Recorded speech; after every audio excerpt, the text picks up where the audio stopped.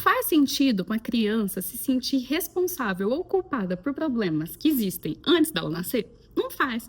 Mas não é porque não faz sentido que isso não aconteça.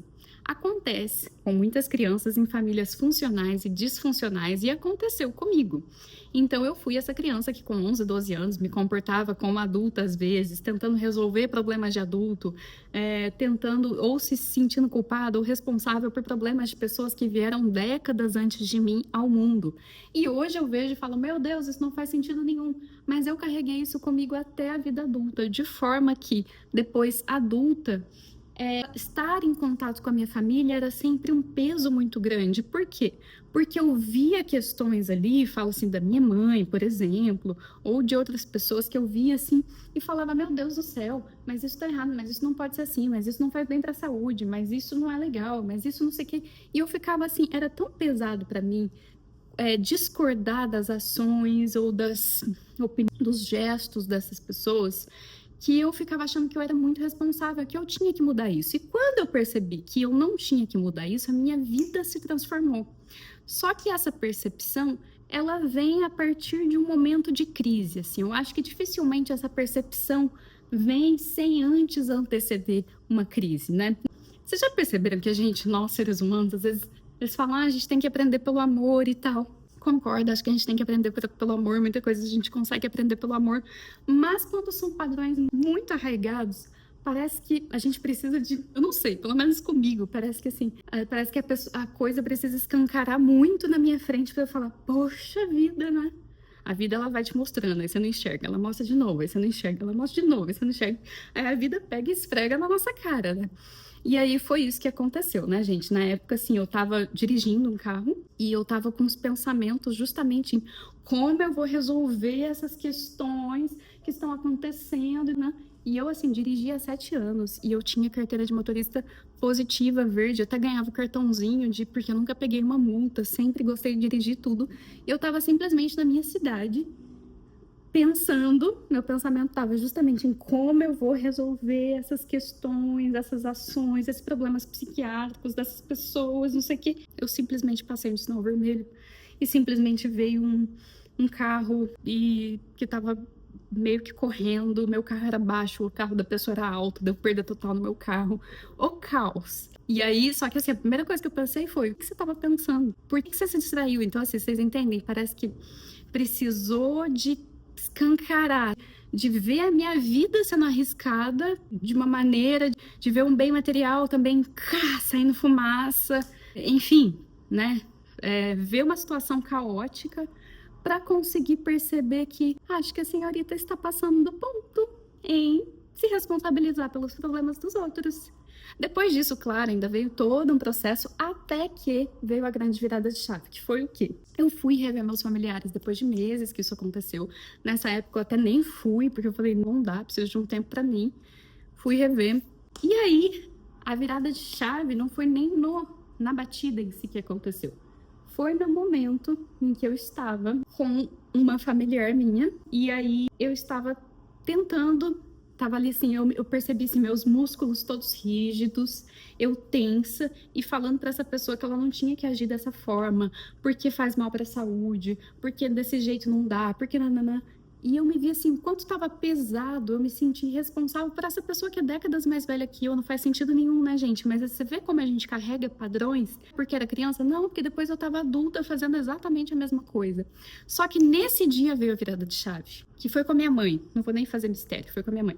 Aí eu tava ali, então eu tava falando pra ela porque ela não podia agir desse jeito, porque tal coisa não era certo, porque não sei o que, né? Ela se sentindo mal, porque, gente, né? A gente não consegue mudar nem a gente, vai querer mudar o outro. Enfim, eu me sentindo super pesada e rígida. E aí a virada de chave foi que de repente eu parei e de repente eu comecei a chorar. E de repente eu falei, o que eu tô fazendo? E aí, gente, quando eu parei e relaxei e chorei, eu falei, eu não quero mais tentar te ensinar a viver.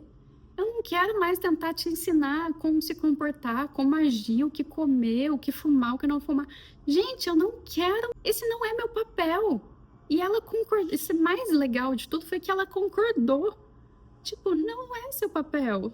Não é. E aí eu deitei assim no colo dela E depois de muitos anos, eu consegui ser pequena. E, gente, ser pequeno é tão relaxante. Ser pequeno, você sabe em qual sentido eu tô falando? Eu acho que vocês estão entendendo em qual sentido eu tô falando. De olhar os nossos familiares que vieram antes como grandes e nós como pequenos. Eu tô falando sobre tirar o peso, não no sentido, só um adendo, eu sei quem me acompanha aqui tá entendendo o que eu tô falando, eu nem precisava fazer esse parênteses, mas eu vou fazer mesmo assim só por precaução. O parênteses eu não tô falando de ser pequeno e enxergar os familiares como grandes, no sentido de obedecer os familiares, fazer tudo do jeito que eles querem, a palavra deles é a que mais vale, no sentido de dar poder a eles em relação às escolhas da sua vida. Não é isso. Aos nossos familiares, a gente só deve a nossa honra, a nossa gratidão, porque com certeza todos fizeram o melhor que eles podiam para que nós hoje estivéssemos aqui. Estejamos nós satisfeitos ou não, achemos nós que recebemos muito pouco ou não. Tem questões graves, não vou negar, que acontecem em núcleos familiares, mas o ponto é que a gente só deve a ele, quando a gente consegue essa honra, é tudo que a gente precisa conseguir, na verdade. O sentido que eu falo de ser pequeno e ver os familiares como grandes é nesse sentido de eu vim depois. Se eu tiver alguma responsabilidade nessa vida, são com as coisas que eu me comprometo, minha profissão. Se eu tiver um filho ou adotar um animal, aí eu tenho responsabilidade sobre o filho ou sobre o animal. Responsabilidade de orientar, de sugerir, de dar o exemplo. Mas mesmo assim a gente ainda não consegue interferir totalmente no livre-arbítrio, né? De uma criança, de um filho, na verdade. Da criança você até consegue, mas de um filho adulto, cada um faz a sua escolha. Mas se tem alguém que você teria algum tipo de responsabilidade, talvez seria o filho, né? Se tiver um filho. Mas agora, as pessoas que vieram antes, não há essa responsabilidade, a não ser, claro, no caso de idosos, por exemplo, que tenham algum tipo de dependência física, ou que estejam precisando de um auxílio, aí sim é a nossa responsabilidade. Mas eu tô falando aqui de uma questão mais adulto para adulto, eu tô falando aqui, pode até ser idoso, mas assim, eu tô falando de uma questão mais emocional, mais energética, sobre a representatividade desse peso. Porque você ser responsável não significa carregar um peso. Então, eu tô falando do peso. O peso que eu falo é justamente esse de achar que você é responsável por consertar ou pelas ações dos seus pais, dos seus familiares, de pessoas que vieram antes. Quando eu chorei, quando eu consegui receber um colo de mãe e ser pequena, depois de décadas, isso foi uma verdadeira cura, porque eu comecei esse padrão parece que ele se dissolveu de certa forma. Então, assim, vocês veem que hoje eu vejo ações que eu não concordo, hoje eu ainda acho algumas coisas sem noção, hoje eu não concordo, não é que eu passei a concordar com tudo, é simplesmente que eu passei a me colocar no meu lugar. E aí, me colocar no meu lugar, dessa humildade de pessoa que veio depois, é libertador, gente. É libertador, é leve, é tranquilo. Depois que eu vi meus familiares de novo, eu percebi os frutos disso, dessa leveza de você. Nossa, como é leve, nossa, como é bom, sabe? Eu só ser essa pessoa pequena que sou. Bom, o que eu queria transmitir para vocês, eu já transmiti. Eu espero que essa partilha tenha te trazido algum tipo de reflexão positiva, que tenha te ajudado. Embora eu saiba que eu falar aqui e você perceber, talvez seja um passinho, mas às vezes só a crise mesmo para nos fazer sair de um padrão antigo e mudar de padrão. Eu tô aqui apenas para compartilhar, para te apoiar, para dizer que você não está sozinho nesse processo, caso você esteja passando por um processo desse jeito. E o que eu compartilho aqui com vocês é sempre desse lugar da vivência, né, da experiência. Então, o que eu compartilhei aqui com vocês não é uma coisa que eu li em algum lugar, eu não estou transmitindo aqui um livro que eu achei legal, vou compilar esses ensinamentos e vou ensinar como uma professora. Eu abri esse canal para ser um ser humano, então isso significa que eu compartilho com vocês as experiências que eu vivo, né, como ser humano que sou. Isso significa que eu busco, embora eu não consiga, mas na maior parte das vezes eu busco ser menos hipócrita possível, porque tem algumas vezes que a gente mas eu tento evitar. Então, por exemplo, até eu vou fazer um adendo aqui, se você ficou até aqui comigo. No meu último vídeo, no canal, eu tava assim, bem saturada e me sentindo que eu tava prestes a vender minha alma. Eu falo isso no sentido, gente, não é nada sério, tá? É uma brincadeira que eu faço, que eu falo, não quero vender minha alma, que é o seguinte, Tipo, eu não vou abdicar da minha saúde para fazer questões profissionais. Eu vou fazer o meu melhor na minha profissão, mas às vezes na minha área, eu não sei na área de vocês, né? Eu posso falar pela minha área, é exigido, como é que eu posso explicar? Tipo, eu sou pós-doutoranda, então tem algumas coisas que eu tenho que fazer, e se eu só fizer as coisas que eu tenho que fazer, eu tô ótima, não tem nada em excesso, tá tudo perfeito, certinho, você trabalhando 8 horas por dia, dá certinho, segunda a sexta, não tem problema nenhum. A questão é que o pós-doutorado, ele acaba, né? E aí a gente tem que buscar outras coisas. Não é igual um emprego CLT, onde você não sabe quando acaba. Pode ser que acabe, pode ser que não, mas você tem uma certa estabilidade ali, diríamos assim. No caso do pós-doutorado, a gente tem uma certeza que é que o projeto vai acabar. E como a gente tem essa certeza, além de fazer o nosso projeto, a gente tem que fazer muitas outras coisas para garantir um novo projeto ou uma vaga como substituto ou uma vaga permanente no caso de um concurso. Isso significa que além de fazer tudo que você tem que fazer, você ainda tem que fazer muito mais para poder colaborar no seu currículo, para poder melhorar o seu currículo. Você tem que estudar para concurso, você tem que já ficar pensando em novos projetos para caso você não passe num concurso. Então, é uma loucureira. E aí, então, além de fazer esse básico que você se compromete, você tem que fazer muito mais para garantir que quando isso acabar, você vai ter outra coisa. Essa é a bola de neve.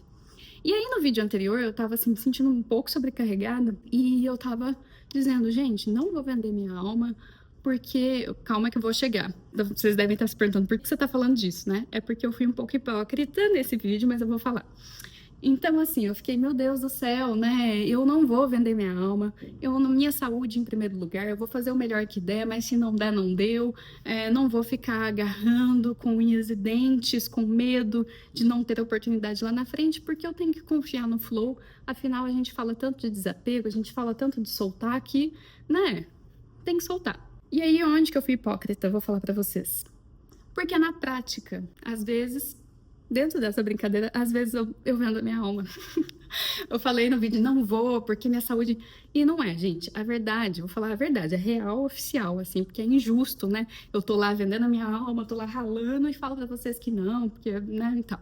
Então, assim, fui injusta no sentido de falar que eu não faço isso e não vou fazer, porque eu faço às vezes. Mas o que eu faço para não perder as estribeiras? O seguinte, eu, assim, tento levar. Eu fico, assim, umas 3 semanas vivendo uma vida bem saudável, trabalhando só as horas que tem que trabalhar mesmo, e focando muito em ter uma alimentação muito saudável, em fazer bastante exercício físico, em fazer aeróbico, em fazer yoga, em fazer minha musculação, em comer a proteína certa, fazer tudo certinho. Então, eu tento fazer isso o máximo que dá por uns períodos, mas aí, às vezes, aí eu falo assim, bom, pelo menos eu calibro, porque às vezes eu fico 2 semanas, 3 semanas em uma tarefa só, trabalhando 12 horas por dia, me exercitando o mínimo, comendo o mínimo do básico, porque às vezes eu até pulo refeição e depois como errado.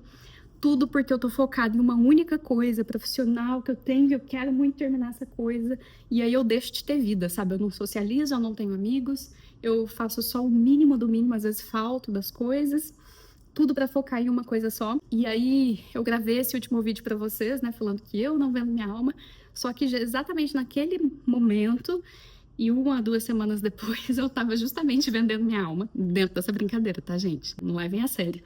Mas eu tava justamente assim, dando meu sangue, sabe? Tipo, abdicando de tudo na minha vida para conseguir terminar uma tarefa. E aí, enfim, como eu não gosto de ser muito hipócrita, um pouquinho todo mundo é, mas como eu não gosto de ser muito, aí eu tô fazendo esse desabafo com vocês e que tem dado certo, assim, e a verdade verdadeira é que eu acho que é impossível a gente não ter que abdicar de algumas coisas às vezes, mas o importante, eu até vi isso em algum lugar, não vou nem saber citar quem falou isso, onde eu li, mas que assim, esse estresse em prol do trabalho agudo, tudo bem, que é você ficar 2 semanas agudo, no sentido agudo e não crônico, agudamente abdicando de tudo da sua vida para focar em uma coisa. Comigo funciona. Mas o que eu acho que não pode acontecer é isso ser crônico. É você viver uma vida desse jeito. Porque aí eu acho que aí não tem jeito. Vai acontecer alguma coisa lá na frente e depois você vai se arrepender. Então, assim, que a gente viva a vida da melhor forma que a gente conseguir viver, nos tempos que dá para viver dessa forma. E aí, quando tiver um objetivo, vai, foca agudamente nisso. Nem que tenha que se abdicar de tudo, mas que seja agudo, que seja com hora para acabar. Não pode durar muito tempo. É isso, minha gente, era só um adendo a esse vídeo. Espero que tenha te ajudado de alguma forma. Eu deixo aqui um grande beijo a vocês e até mais.